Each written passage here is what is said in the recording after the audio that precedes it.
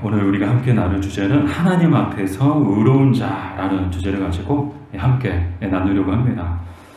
59문에 보면 이 모든 것을 믿으면 당신에게 어떠한 유익이 있습니까? 라고 질문하고 있죠. 먼저 이 모든 것이 무엇을 말하는가 하면 우리가 지난 시간 사도신경을 열심히 공부했습니다. 그래서 사도신경 속에서 우리 믿음의 귀한 신앙 고백을 우리가 하나씩 단락씩 또 살펴봤죠. 그래서 그 모든 것, 이 모든 것을 믿으면 우리에게 어떠한 유익이 있는가를 질문하고 있죠. 그 답 부분을 같이 한번 읽어보겠습니다. 그리스도 안에서 나는 하나님 앞에서 의로운 자가 되며 영생을 상속받게 됩니다. 아멘. 자, 어떠한 유익이 있는가? 크게 두 가지 유익이 있다고 가르쳐주고 계시죠. 첫 번째는 우리가 하나님 앞에서 의로운 자가 된다. 그리고 두 번째는 영생을 상속받게 된다. 그러면 하나님 앞에서 의롭게 되었다라는 것은 무엇을 말하는 것일까? 로마서 4장 6절에서 8절까지의 말씀을 같이 읽어보겠습니다.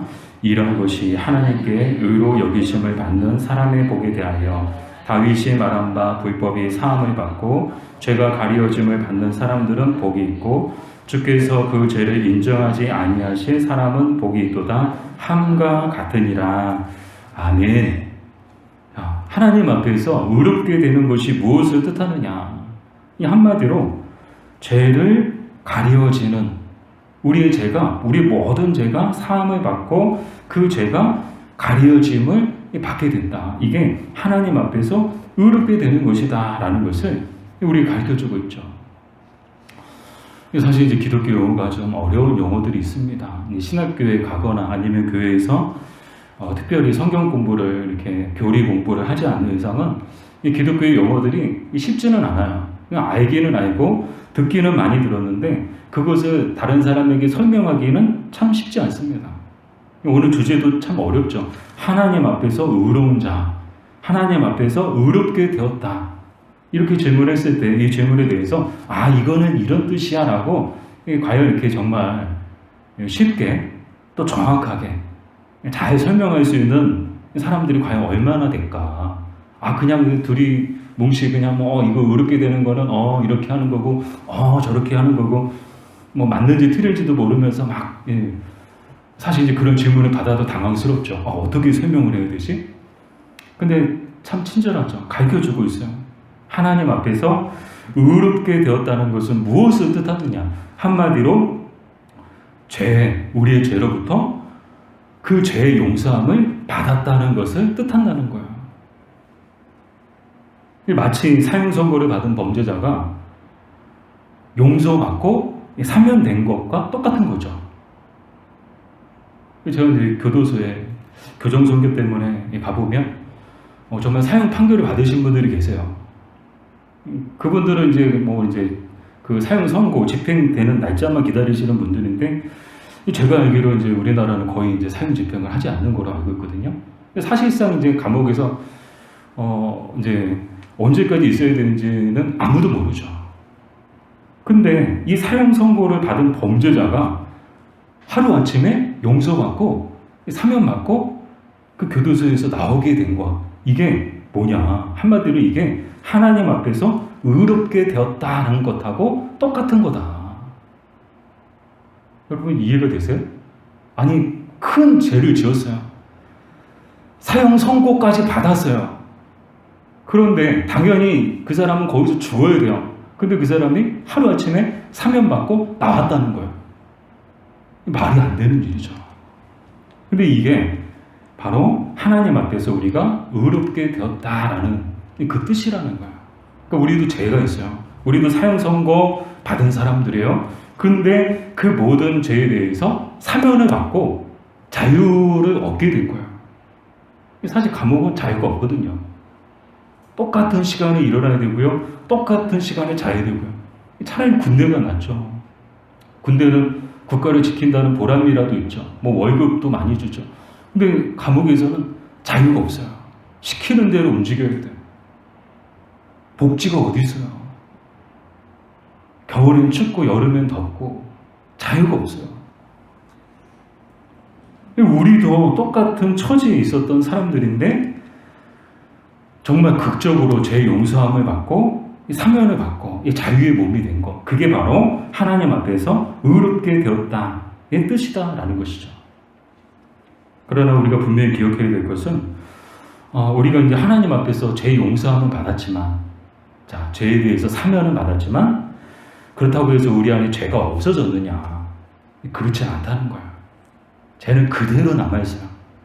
사형받을 그런 죄에 대한 거는 그대로 남아있고, 다만 그 죄에 대해서 용서함을 받았다는 거. 그 죄를 하나님께서 가려주셨다. 이게 오늘 로마서에서는 복받은 사람들의 모습이다.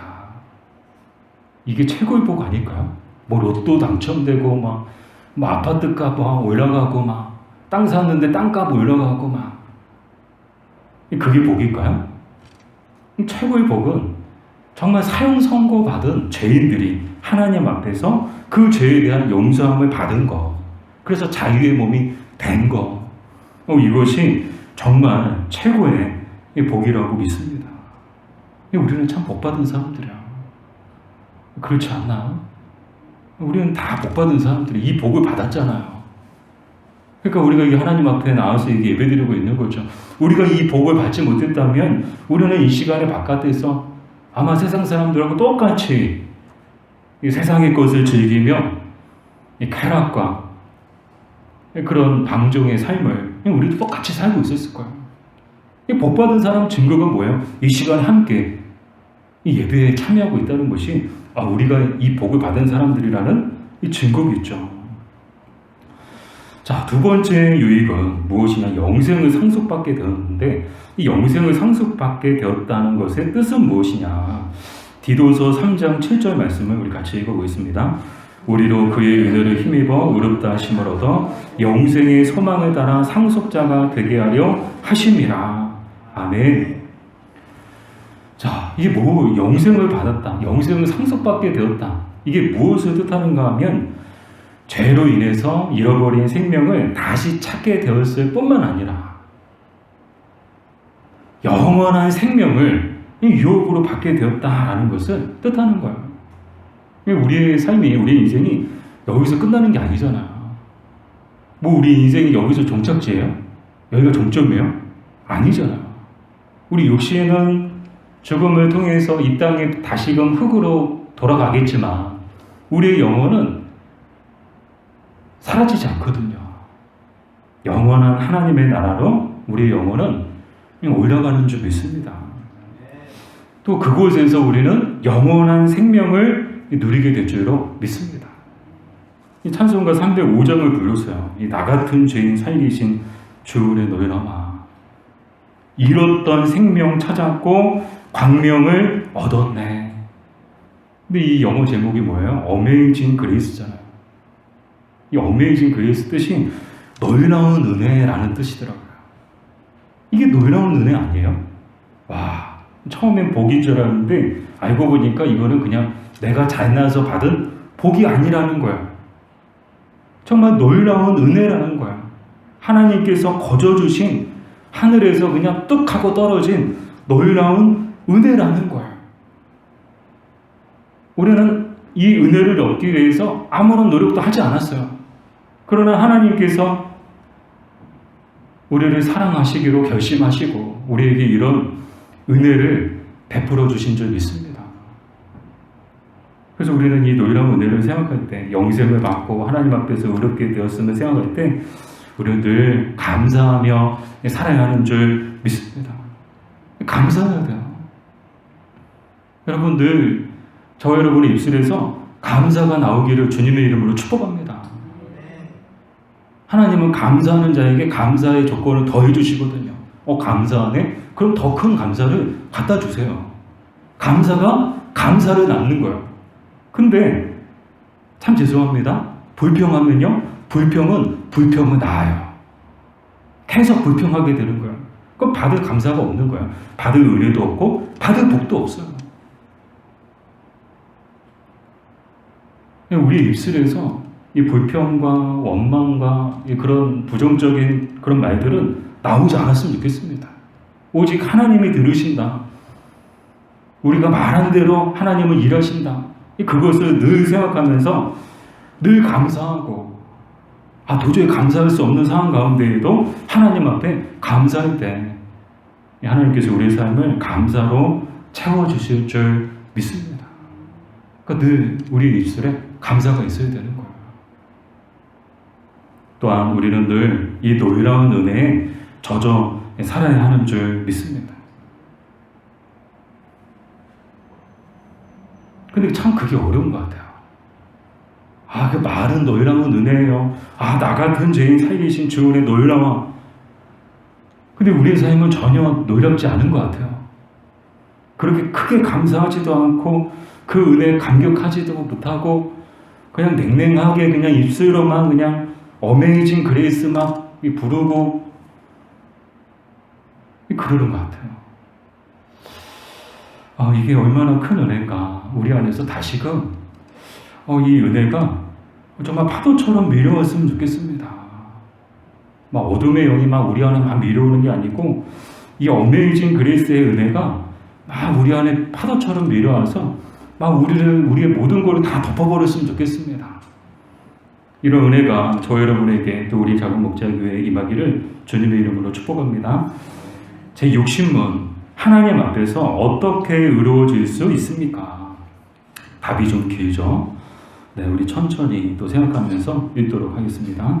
오직 예수 그리스도에 대한 진정한 믿음에 의해서만 의로워질 수 있습니다.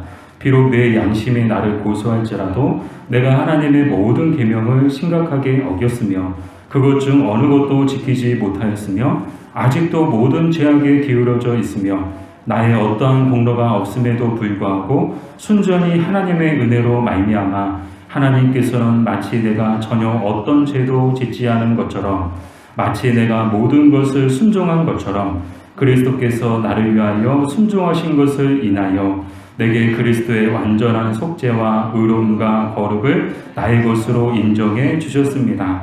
이제 내가 해야 할 것은 믿는 마음으로 이러한 유익을 받아들이는 것입니다.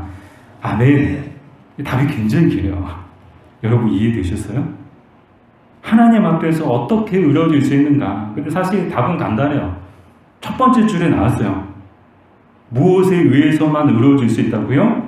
오직 예수 그리스도에 대한 진정한 믿음에 의해서만 의로워질 수 있다고 우리에게 가르쳐주고 계십니다. 정말 그렇습니다. 다른 방법은 없어요. 오직 예수 그리스도. 오직 예수님, 오직 믿음, 그것만이 우리가 하나님 앞에서 하나님의 이 의롭게 되는 은혜를 입는 유일한 길인 줄 믿습니다. 자, 그러면 우리의 죄를 고소하는 자는 누군가? 우리가 읽었던 앞부분에 보면 우리의 죄를 고소하는 자가 있다고 말하는데 그게 누구냐? 로마서 2장 14절에서 15절 같이 읽어보겠습니다. 율법 없는 이방인이 본성으로 율법의 일을 행할 때에는 이 사람은 율법이 없어도 자기가 자기에게 율법이 되나니 이런 이들은 그 양심이 증거가 되어 그 생각들이 서로 혹은 고발하며 혹은 변명하여 그 마음에 새긴 율법의 행위를 나타내느니라. 아멘. 우리의 죄를 고소하는 자가 누구라고요? 양심이래요. 양심. 우리의 양심이. 다른 사람의 양심도 아니에요. 와, 당신 죄 졌잖아. 다른 사람도 아니고 바로 우리 안에 있는 양심이 누굴 고소해요? 우리를 고소한대요. 적은 멀리 있지 않아요. 정말 적은요, 가장 가까이 있어요. 심지어 그 적은요, 어디에 있어요? 우리 안에 있어요. 우리 안에 양심이 우리의 죄를 고소한다는 거예요. 이 양심이 뭔가?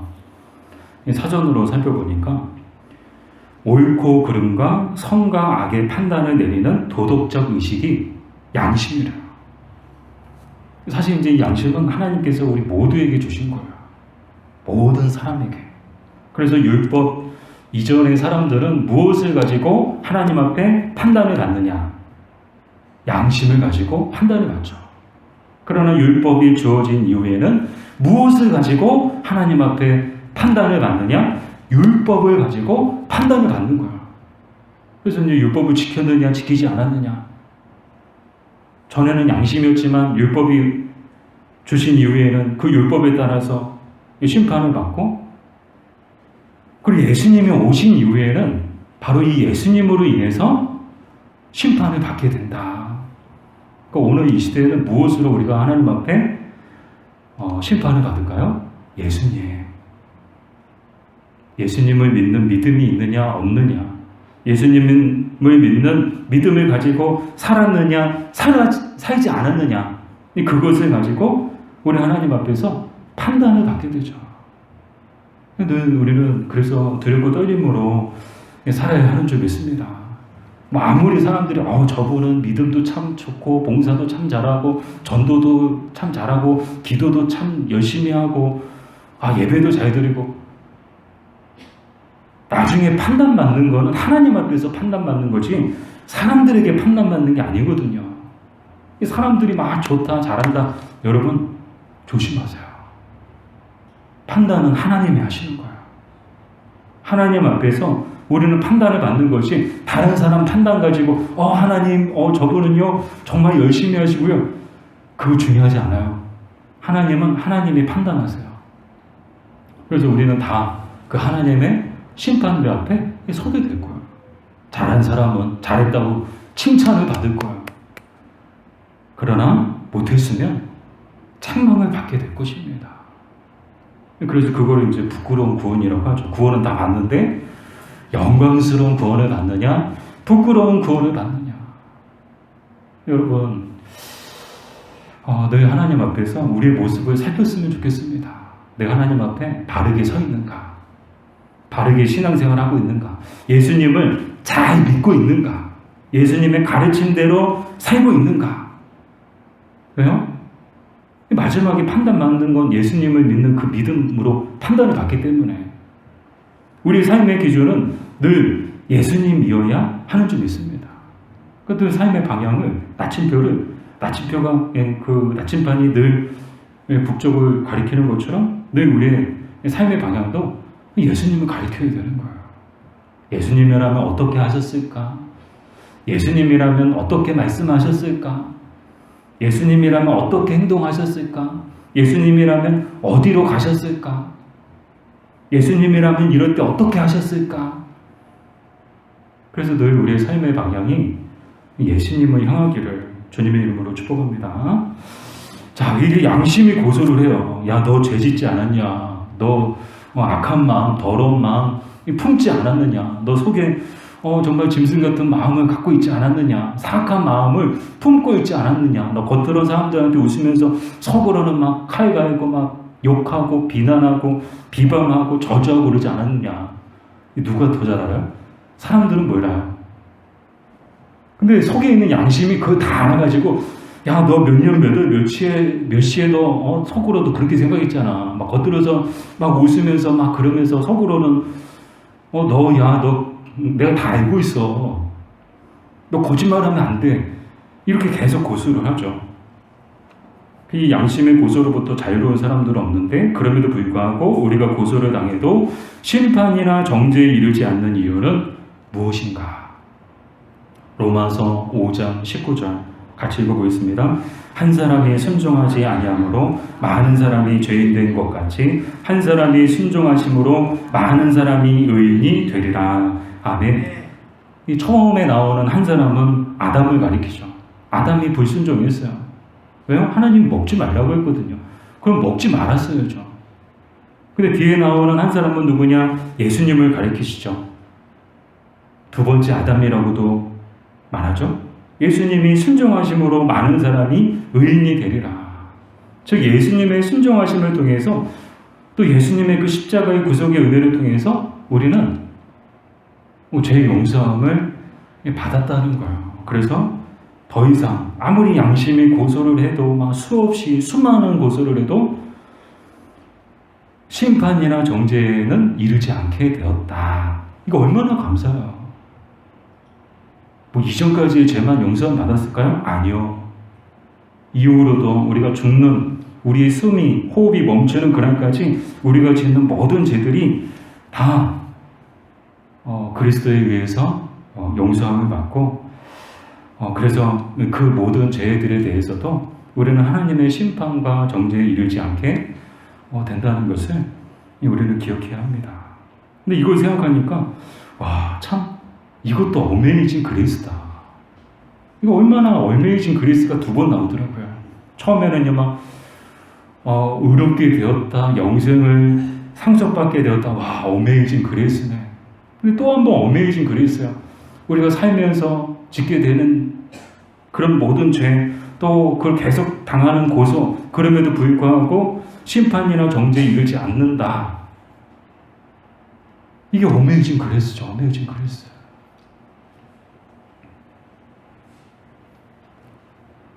그렇다고 죄와 짝하며 살아서는 안 됩니다. 이 거룩하고 경건한 삶을 살기 위해서 늘 우리는 노력해야 하는 줄 믿습니다. 마지막으로 61번, 왜 오직 믿음에 의해서만 의로워질 수 있다고 말합니까? 우리 답부분을 같이 읽어볼까요? 나의 믿음이 가치가 있기 때문에 하나님께서 나를 받아주시는 것이 아닙니다. 오직 그리스도의 속죄와 의와 거룩 때문에 내가 하나님 앞에서 의로운 자가 되는 것입니다. 믿음 위에 다른 방법으로는 의를 받을 수 없으며 그 의를 나 자신에게 적용할 수 없습니다. 아멘.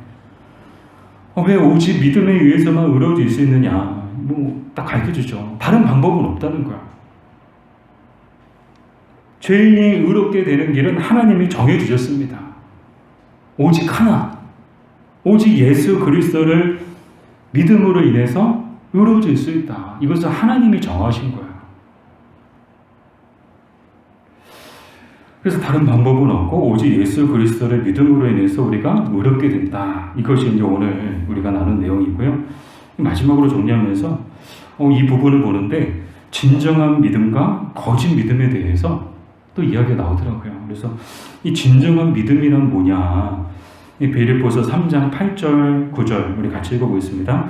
또한 모든 것을 해로 여김은 내 주 그리스도 예수를 아는 지식이 가장 고상하기 때문이라. 내가 그를 위하여 모든 것을 잃어버리고 배설물로 여김은 그리스도를 얻고 그 안에서 발견되려 함이니 내가 가진 의는 율법에서 난 것이 아니요 오직 그리스도를 믿음으로 말미암은 것이니 곧 믿음으로 하나님께로부터 난 의라. 아멘. 자, 사도 바울의 고백이죠. 모든 것을 해로 여긴다. 사도 바울이 자랑할 만한 그 많은 것들, 또 내세울 만한 많은 것들을 다 해로 여기고 배설물로 여긴다. 왜요? 이 그리스도로 인해서 또 그리스도로 말미암는 그 의가 너무나도 귀하기 때문에. 그리고 진정한 믿음이란 뭐냐? 정리해서 말씀을 드리면 우리의 무가치야. 또 우리의 무능력. 또 우리 안에 불의가 가득 찬 것. 우리는 여전히 이제 부패성을 가지고 있죠. 죄의 쓴뿌리들이 남아있어요. 옛사람의 그 쓴뿌리들이 참 잡초처럼 질기게도 뽑아도 계속 나는 것처럼 늘 우리 안에는요 옛사람의 본성이 여전히 남아있어요. 또한 우리는 우리 자신이 어떤 행위로도 의로워질 수 없다는 것을 철저히 인정하는 것, 그것이 진정한 믿음이다. 이것은 이제 교리적으로는 이렇게 얘기하죠. 전적으로 부패하고 전적으로 타락하고 전적으로 무능력하다.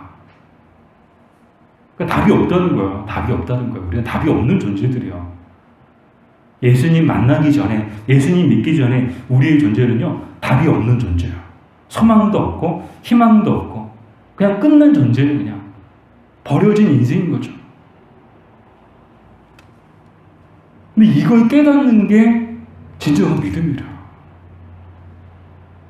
그래서 하나님 앞에 늘 우리는 이런 고백이 있었으면 좋겠어요. 하나님, 저는 아무것도 아닙니다. 할 수 있는 것도 아무것도 없고요. 그리고 제 안에는 늘 여전히 이 죄가 가득하고요. 이 죄악의 쓴뿌리가 남아있고요. 참 연약한 존재임을 하나님 앞에 고백하는 것이 이 진정한 믿음이라는 거예요. 이렇게 진정한 믿음을 고백하며 나아갈 때 그때 비로소 이제 하나님의 은혜와 또 하나님의 능력을 얻게 되는 줄 믿습니다. 그래서 약할 때 강함 대신에 찬양도 있잖아. 약할 때 강함 대신에 우리가 약할 때 그 약함의 고백을 통해서 그 하나님의 강하신 능력을 우리가 잊게 되는 거야. 이 바라기는 이런 진정한 믿음을 가지는 우리가 되었으면 좋겠습니다. 반면 거짓 믿음이란 뭐냐? 이제 바꿔 말하면 죽은 믿음인데 요한계시록 3장 1절 같이 보겠습니다. 4대 교회 사자에게 편지하라. 하나님의 7 영과 7 뼈를 가지시니가 이르시되 내가 내 행위를 아노니 내가 살았다 하는 이름은 가졌으나 죽은 자로다. 야고보서 2장 26절도 같이 읽어볼까요? 영혼 없는 몸이 죽은 것 같이 행함이 없는 믿음은 죽은 것이니라. 참 드럽고 때리는 말씀이죠. 거짓 믿음, 죽은 믿음이란 뭐냐? 한마디로 이름뿐인 믿음. 살았다 하는 이름은 가졌으나 죽은 자로다. 그러니까 이름만 믿는 이름만 성도고 이름만 신자고 이름만 목사고. 지난 주일에도 우리가 이제 살펴봤지만 거짓 경건, 텅 빈 경건이 뭐예요? 경건의 모양만 있지 경건의 능력은 하나도 없는 거. 그냥 껍데기만 경건일 뿐. 그 안에는 경건이 하나도 없는 그게 텅 빈 경건. 껍데기 경건이다. 믿음도 마찬가지죠. 죽은 믿음이란 그냥 이름만, 그냥 이름뿐이에요. 그냥 이름만 뿐만 아니라 행함이 없는 믿음도 죽은 믿음이다. 이 말씀을 듣는 이유가 뭔가요? 하나님께서 우리에게 말씀을 들려주시는 이유가 뭘까요? 말씀을 들으라고 들려주시는 거예요. 그 말씀에 순종하라고. 그러니까 우리가 말씀을 들을 때 늘 우리는 어떤 마음으로 말씀을 들어야 하냐? 순종할 각오를 하고 말씀을 들어야 하는 거예요. 왜요? 말씀을 들려주시는 이유가 뭐예요? 그 말씀대로 살라고 우리에게 말씀을 주시는 거지 머릿속에 싸우더라고 들려주시는 게 아니거든요. 머릿속으로 네가 판단해보고 자 내가 일단 얘기할 테니까 네가 다 들어보고 네가 이성적으로 다 판단해보고 그리고 순종할 건지 안 할 건지 네가 결정해. 아니요. 순종하라고 말씀을 들려주시는 거죠. 근데 이렇게 행함이 없는 믿음은 죽은 믿음이다. 이름뿐인 믿음도 죽은 믿음이다. 그냥 종교에 허울만 쓰고 있는 그 믿음이죠. 그냥 포장만 그럴듯하게 믿음이 있는 것처럼 그렇게 포장은 되어 있지만 사실상 아무런 능력도 없고 실체도 없고 속에는 아무것도 든 것이 없는 믿음이 거짓 믿음, 죽은 믿음이라는 거예요. 근데 또 한편 생각한 게 반응이 없으면 죽은 거 아니에요? 그죠? 죽은 사람은 움직이지 않아요. 막 콕 찌르고 막 간지러뜨리고 그래도요 절대 움직이지 않아요. 아무리 막 이게 바늘을 찌르고 막 칼로 찌르고 그래도 반응이 없어요. 근데 살아있는 사람은요, 바늘만 살짝 찍어보세요. 난리 나요. 이게 뭐예요? 살아있다는 거예요. 근데 우리의 신앙이 반응이 없어요. 막 북치고, 장구치고, 막 하는데도 막 반응이 없어요. 그게 죽은 믿음이지 않을까요? 바라기는 우리의 믿음이 죽은 믿음이 아니라 살아있는 믿음 되기를 주님의 이름으로 축복합니다. 그러려면 반응이 있어야 돼요. 반응이. 말씀에 대한 반응함이 있어야 되는 거예요. 말씀이 찌르면 아파하고 말씀이 항상 좋진 않거든요. 찌르는 말씀도 있거든요.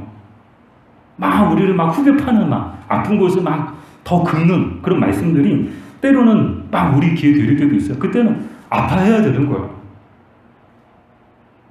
그게 정상인 거예요.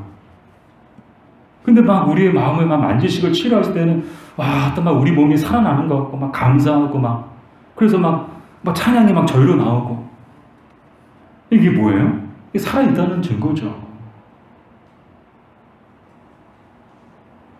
이 바라기는 정말 우리가 살아있는 믿음의 소유자들이 되기를 간절히 소원합니다. 우리 교회도 정말 살아있는 교회가 되었으면 좋겠어요.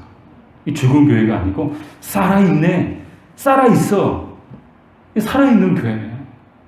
그리고 우리 교회 모든 성도님들도 정말 살아있는 성도님들이 되었으면 좋겠습니다. 그래서 막 반응하고 막 열심히 있고 막 선한 열매가 막 나타나고 막 그런 우리 성도님들 되시기를 주님의 이름으로 축복합니다.